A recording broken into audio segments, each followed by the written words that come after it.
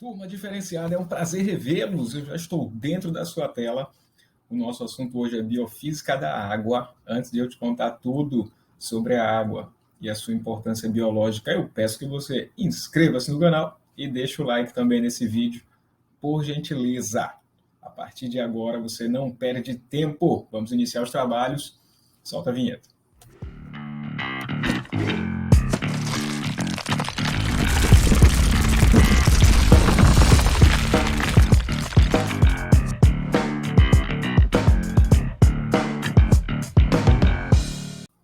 Já estamos de volta, pessoal! Então vamos iniciar os trabalhos, então. Vou falar para vocês o seguinte, que os sistemas biológicos, do jeito que a gente conhece, né, tem água como sua molécula mais abundante. Para vocês terem uma ideia, um adulto jovem tem cerca de 75% de água nesse planeta. Se a gente não tivesse água, não existiria, né, a sobrevivência dos seres humanos. Então, olha só. A água ela cobre a maior parte da superfície terrestre, cerca de 3/4 dela. Por isso que a gente é considerado também como o planeta água. Ela é encontrada nas 3 fases, vou mostrar mais à frente, sólido, líquido e gasosa. E em hipótese alguma, a água ela deve ser desperdiçada, porque a água que a gente ingere, a água potável, ela é cerca de menos de 1% de todo o planeta. Apesar da gente falar, né, que são 3/4 de água, a água encontra-se no planeta, só que boa parte dela está nos oceanos, nas calotas polares, nos subsolos e na própria atmosfera também. Por isso é de extrema importância valorizar esse recurso, né? Inclusive o Dia Mundial da Água é 22 de março, e aí é justamente para a gente estar lembrando, foi o quê? Quase há um mês atrás, que a gente está gravando 15 de abril esse vídeo. Então só para vocês terem uma ideia do quão importante ela é. De toda a água que tem no planeta, 97% dela é água salgada. E somente 3% dela é de água doce. Se a gente for agora pensar, parar um pouco de falar do planeta e falar do nosso país, o Brasil ele tem cerca de 3,7% de água doce de todo o planeta, né? Porque é um país-continente. Sendo que 80% desse montante está na bacia amazônica. Boa parte da água, né, que a gente conhece, ela está na atmosfera. Tem mais água na atmosfera do que nos rios do planeta. A evaporação da água nos oceanos e dos rios produz o vapor, cuja a condensação forma as nuvens, ou massas de ar, como queiram também. Então, aqui esse gráfico aqui mostra que essa quantidade toda, o total global, ó, e aonde fica aqui a camada mais conhecida, que é a hidrosfera. Vamos dar continuidade, então. Água, mas assim, água, por que ela é tão importante? Já devem ter ouvido falar na questão da pessoa que fez greve de fome, né? Por que ela não fez greve de água, pessoal? Por que ela não fez greve de água? Será que ela realmente estava interessada em findar a sua vida? Vou deixar vocês intrigados e refletindo sobre esse questionamento. Eu posso falar de antemão o seguinte, que um ser humano ele pode ficar cerca de 30 dias sem se alimentar, somente com líquido, cerca de 30 dias. Mas um ser humano não consegue sobreviver mais do que 3 dias sem água. Se a pessoa não ingerir água, existe uma série de questões biológicas que serão afetadas. Não vou adentrar aqui ao assunto da função renal, tá bom? É mais para frente esse tema, biofísica da função renal. Mas é fundamental a gente estar sempre com a nossa garrafa de água ao nosso lado e está ingerindo essa água. Principalmente se você está assistindo esse vídeo e você é professor, tá bom? Então, esse cuidado aí com a ingestão de líquido, né, diariamente é fundamental.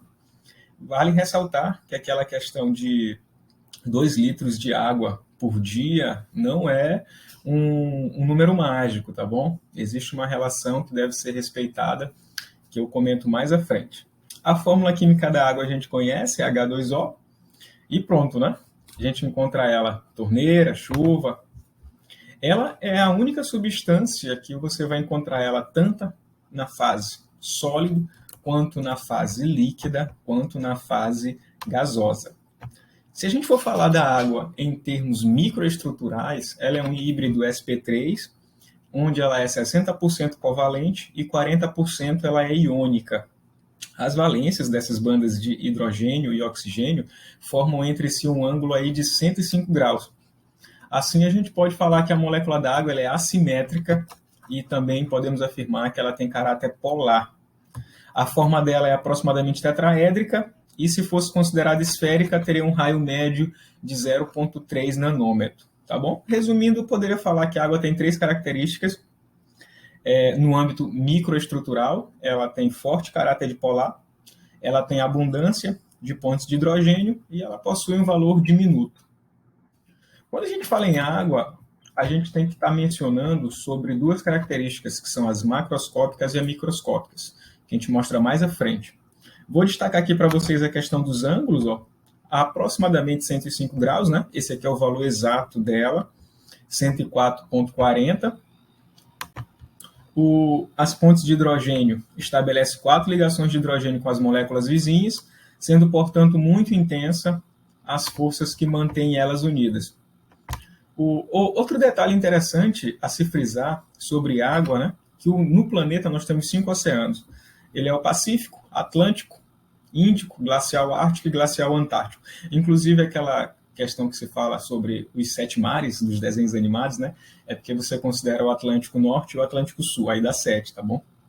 O Pacífico é o maior oceano do nosso planeta. Pra vocês terem uma ideia, ele é 50% de volume total dos oceanos. Cada litro de água do mar contém aproximadamente 35 gramas de sal dissolvido. Então, lógico, espero que vocês nunca passem por isso.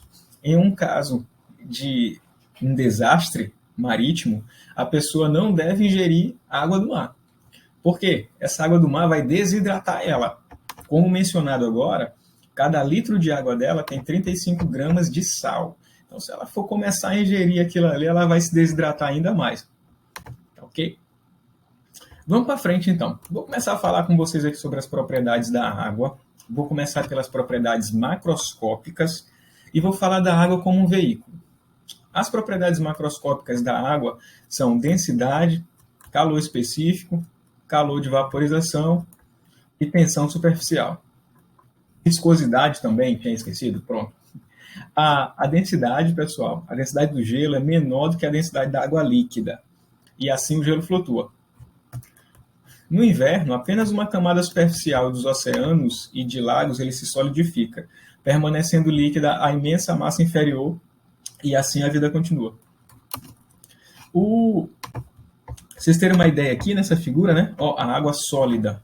Ó, então, mais dispersos, né? E na água líquida você tem um aglomerado molecular mais unido ali, né? Mais próximo um do outro. A água ela tem alto poder de calor específico, altos valores de calor específico e alto valor também de calor de vaporização. O calor específico é o calor necessário para mudar a temperatura em 1 grau, e o calor de vaporização é o necessário para vaporizar a água, ou seja, converter esse líquido em gás. Para passar isotermicamente de líquido a vapor a 37 graus, ela exige uma energia que está ali na volta ali dos 43 kJ por mol, tá bom? Esse calor de vaporização da água ele tem 2 vantagens. A primeira é que para desidratar um sistema biológico é necessário gastar mais energia. Eu falei, professor, mas estou gastando energia, isso é vantagem? É vantagem, porque a água é essencial.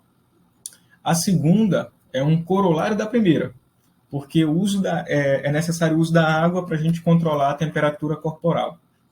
Então, durante o processo, né, de atividade física, ou até mesmo outra que exija esse dispêndio de energia, inicia-se o processo de perspiração.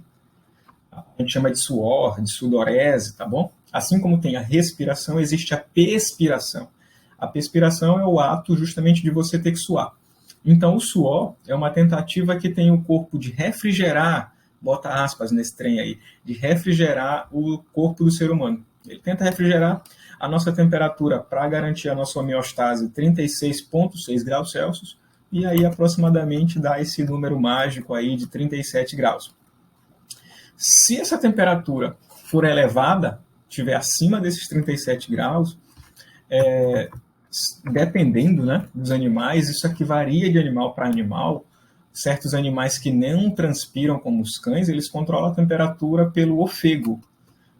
Se nunca conheceram a palavra ofego, é de ofegante, né? De ofegante. Você vê que o cachorrinho fica com a língua ali para fora, né? A língua está para fora da boca.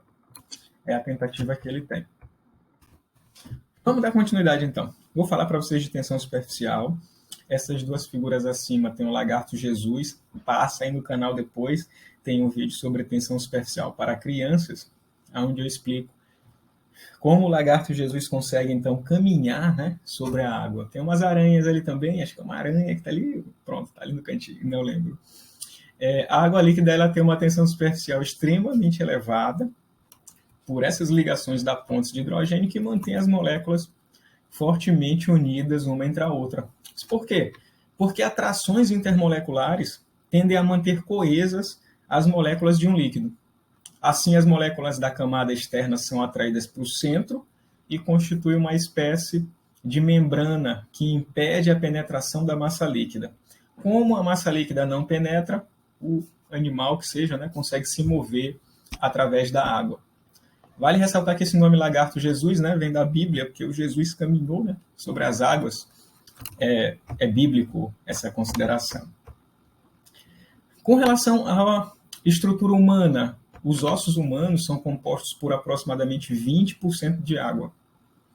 E também tem a questão de a cada 1 quilo equivale a 1 litro. 1 litro de água pesa 1 quilo, né? 1 litro de água pesa 1 quilo. Em países subdesenvolvidos, é necessário caminhar mais de 6 quilômetros para você ter água potável. Mais da metade da água utilizada em casa é gasta no chuveiro durante o banho. Por isso, tomar cuidado. Você tem que tomar o seu banho, você tem que cuidar da sua empresa, como eu gosto de chamar. Mas, pessoal, 5 minutos seria o ideal para você estar mantendo de forma muito limpa, né, o seu corpo e assim também cuidando da água nossa, tá bom? Em hipótese alguma, deixar a torneira mal fechada. Uma torneira mal fechada pode levar a um desperdício de 128 litros de água por dia. 1 litro de gasolina ele é o suficiente para contaminar 700 mil litros de água. Tá bom? A contaminação de aquíferos de água é, na sua grande maioria, resultante da atividade humana. A atividade humana tem afetado a vida também dos outros seres, infelizmente. Tem 2 propriedades que eu ainda não mencionei. As propriedades da água são as propriedades que mencionam adesão e coesão. Na adesão, as moléculas de água se associam com outras moléculas ou superfície, e na coesão, as moléculas de água se associam entre si. No âmbito de propriedades microscópicas, pessoal, a água ela pode apresentar substâncias iônicas, substâncias covalentes e substâncias anfipáticas. No caso das substâncias iônicas, a água tem uma alta constante de elétrica, por volta de 80. Isso significa que a força de atração de um ânion por um cátion é diminuída 80 vezes, permitindo que a partícula fique envolvida pela água. Tá bom? É por isso que você, jogando ela no estado líquido, né, ela tende, né, a tendência é molhar tudo. Tá bem? Molhar tudo. Vamos então falar da característica que envolve substâncias covalentes. As substâncias covalentes, elas se dissociam na água através da formação de pontes de hidrogênio com as moléculas de água. Quando as pontes de hidrogênio formadas não perturbam a estrutura da água, a substância torna-se solúvel. Se a estrutura for perturbada, a substância será insolúvel. O último tipo de substância a destacar são as substâncias anfipáticas. As moléculas dessas substâncias, em meio aquoso, se orientam com a parte covalente para dentro e a parte polar para fora, ficando envolvidas pelas moléculas da água. As substâncias anfipáticas formam desde soluções até suspensões, que vamos ver nos capítulos à frente. Tudo depende da proporção relativa entre a parte polar e a parte apolar, tá bom? Para a gente, então, finalizando aqui esses detalhes sobre a água, fica o cuidado sobre a questão da poluição dos rios, animais de água doce, poluição dos mares. Fica aí, então, esse aviso. Falei aqui que boa parte, né, cerca de 70% a 75% do nosso corpo é feito de água. Devemos estar constantemente ingerindo água. Não é trocando ela por outro tipo de líquido, não, pessoal. Pode ingerir a água mesmo. Ao contrário da maioria dos líquidos, a água ela expande quando ela congela. E é isso. Tem até, inclusive, agora o pessoal falando em água virtual, não sei se vocês já ouviram falar.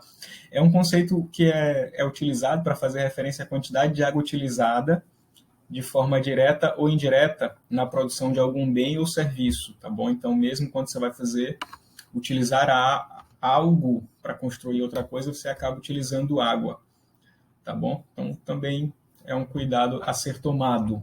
No mais, eu só tenho a dizer para vocês que a partir de agora vocês vão estar vendo bastante essa questão de como a água ela é envolvida nos seres vivos, nomeadamente no capítulo de soluções e no capítulo de suspensões. Então, fica aqui o detalhe de não somente estar estudando biofísica da água, mas de cuidar dessa água, de preservar dessa água, de procurar os meandros para a gente poder manter essa água aqui por mais gerações que se seguem, tá bom? A gente fica por aqui, pessoal. Um abraço. Até a próxima. A vida é corrida.